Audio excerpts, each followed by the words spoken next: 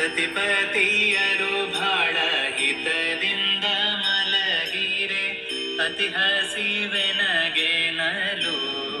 ಲಟ್ಟಿಗೆ ತಂದು ಘೃತ ಬಟ್ಟಲೊಳು ಕೊಡಲು,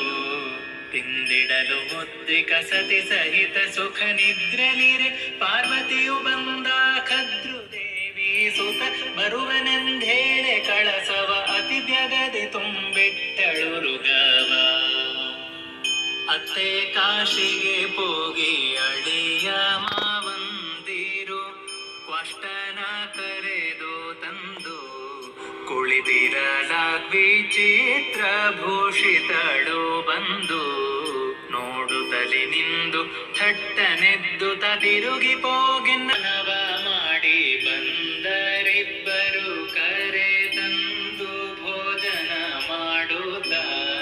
ಕುಳಿತಿರದಾಗ ತಂದು ವೀಳ್ಯವ ಕೊಡುತ್ತ,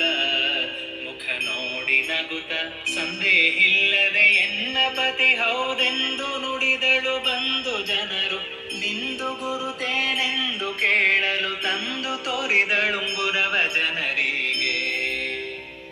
ನಿನ್ನ ಗುರುತು ಏನ್ ಹೇಳೆನ್ನಲು ಸಭೆಯೋಳು, ಪನ್ನಂಗದ ಕಳಸವನು ತೆಗೆಯಲು ಬಾ